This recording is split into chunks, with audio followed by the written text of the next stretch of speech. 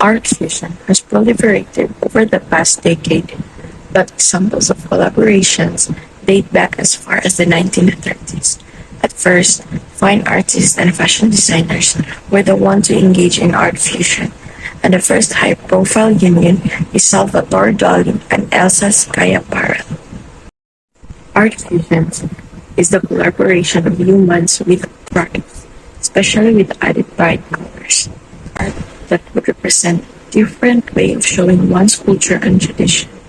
Art fusion is also better known in a way that is more toward in showing art with a fusion of modern way of portraying. How art fusion benefit brands? A well-chosen, well-planned, well-executed collaboration can bring business and talk value, create a feeling of innovation and excitement. It generates genuine interest in stable or even forgotten brands. It also activates a quiet brand and introduce it to a whole new audience. How art fusion benefit artists?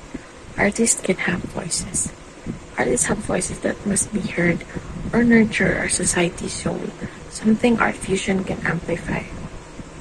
Artists can produce work that will reach a wider audience, gain notoriety, or simply be a means to permeate culture in places their art wouldn't otherwise be seen. Overlapping. Overlapping emerged just before the 20th century. In art, overlapping is the placement of objects over one another in order to create the illusion of depth. It has length and width, but no depth. Perspective is important to establish size and distance in paintings and turns paintings into windows of sorts by creating illusion. It is an abstract expressionism. The idea has gained momentum of a movement with many different types of artists collaborating with many different types of brands. For example, we find inspiring. Please subscribe to our blog. We pass stimulating examples regularly. Interconnected. Interconnected things are connected, having mutual or reciprocal relation, where it is used to describe two or more things that are closely connected to each other and may affect each other. Two or more things complement or depend on each other. Next. Graffiti, form of visual communication, usually illegal, stylistic symbol or phrase, spray painted on wall. Common targets are subways, billboards, and wall.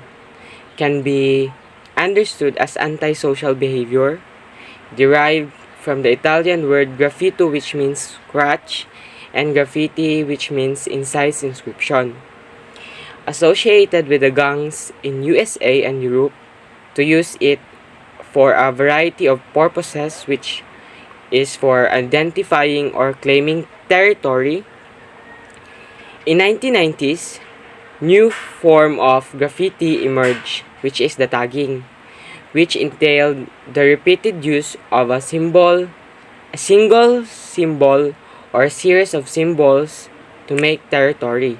These are the example of graffiti. Next. Poetry performance. Composed for or during a performance before an audience.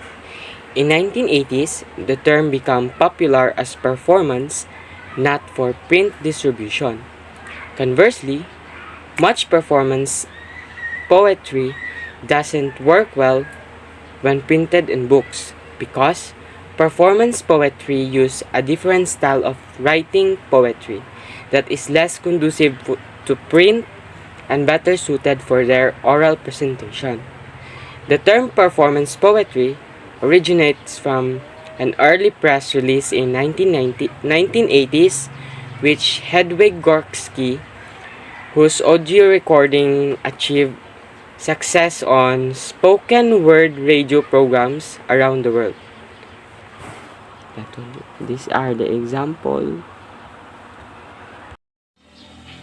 Performance art. While the term performance and the performance art only became widely used in the 1970s, The history of performance in the visual art is often traced back to futurist productions of Dada cabarets of the 1910s. Throughout the 20th century, performance was often seen as a non-traditional way of making art. Liveness, physical movement, and impermanence offered artists alternatives to the static permanence of painting and sculpture. In the post-war period, performance became aligned with the conceptual art because of its immaterial nature.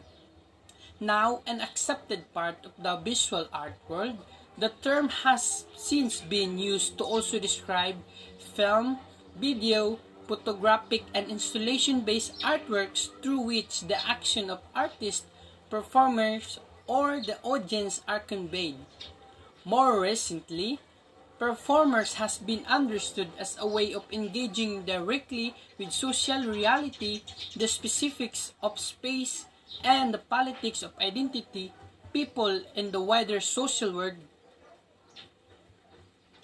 Some examples of performing art are music opera, theatre, musical theater, magic illusion that can be performed live to an audience. Digital art.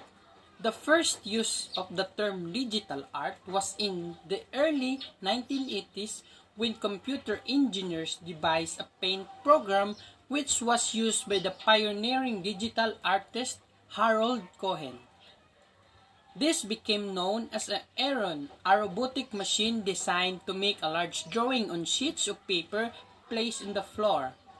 Since this early foray into artificial intelligence, Cohen continued to fine-tune the Aeron program as technology becomes more sophisticated. Digital art can be computer-generated, scanned, or drawn using a tablet and a mouse. In the 1990s, thanks to the improvements in digital technology, it was possible to download video onto computers, allowing artists to manipulate the image they had filmed with a video camera. This gave artists a creative freedom never experienced before with film, allowing them to cut and paste within moving images to create visual collages. In recent times, some digital art has become interactive, allowing the audience a certain amount of control over the final image. You got the kind of love that always make up at the fussing, and that's what gets me closer to